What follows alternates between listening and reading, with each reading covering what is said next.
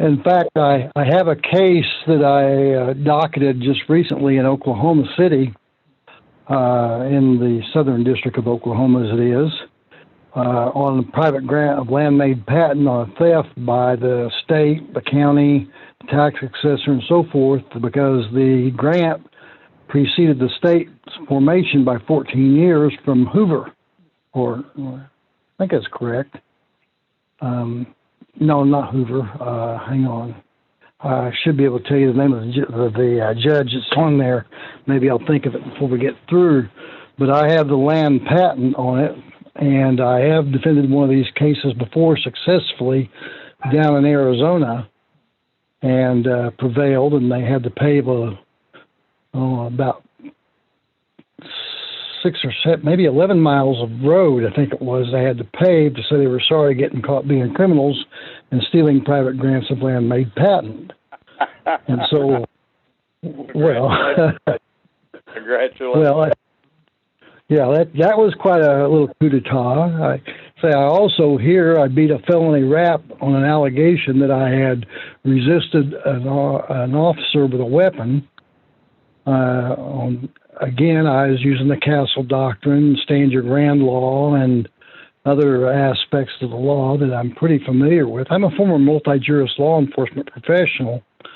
I didn't retire, but I worked in several different venues, including Oklahoma, U.S. Army Military Police, out here with the Metropolitan Police and the Gaming Control Board as an enforcement agent. So I'm not without some experience, but I've certainly found that because I know the law, now I'm older, they think that when you're old you don't know anything, and that doesn't necessarily hold true. I think everybody on this call pretty much attests to that even though we may not be young and full of vim and vigor, we still have our faculties pretty much in order, and keeping them exercised as we do keeps us fully functional and able to recall things on extemporaneously. Thank goodness. Amen. Amen. Well, okay. Now I apologize to the rest of the listening audience for I may have taken a bit too much time there, but to jump back now to Georgia,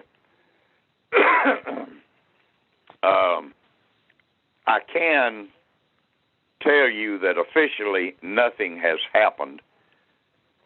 Because the grand jury, the federal grand jury down here in Atlanta, meets on Tuesday mornings. But, and I almost hesitate to say this, because I've had it happen before, and the first time it happened, it was not a good result. But I have been assured that there will be a United States attorney visiting the grand jury tomorrow morning on our petition. So that means that tomorrow the grand jury should know that we are standing there at their door knocking. Now, what it's going to mean, what the result will be, I don't have a clue. I'm sorry. You know, Paul, I have quite a lot of awareness of what's going on in your state, and have been following this election theft very closely myself. Bill still had 2 interesting releases of his information. I can even give you the numbers of them if you're interested. But basically, he was outing the fact he was almost Jody Genova and Victoria Tonsing, who are pretty astute in law themselves. But his expose today that is relevant to this conversation is that William Barr, a.k.a. Guillermo Barrios is his true family name, was the first Attorney General for Joe Biden in Delaware. He's Jesuit trained, or Jesuit as the case may be. And he was compromised from the very get-go. He is deep state, and I don't know that I've revealed it on this call before, but in the 1.4.000 on the U.S. Attorney's Manual on usam.gov, is the U.S. Attorney's ethics, so-called, and integrity questions. And on about page 20 of that, it tells you that the secret, they don't use the word secret, they call it the Senior Executive Services. I put the secret appropriate in front of it because they were not supposed to know about it.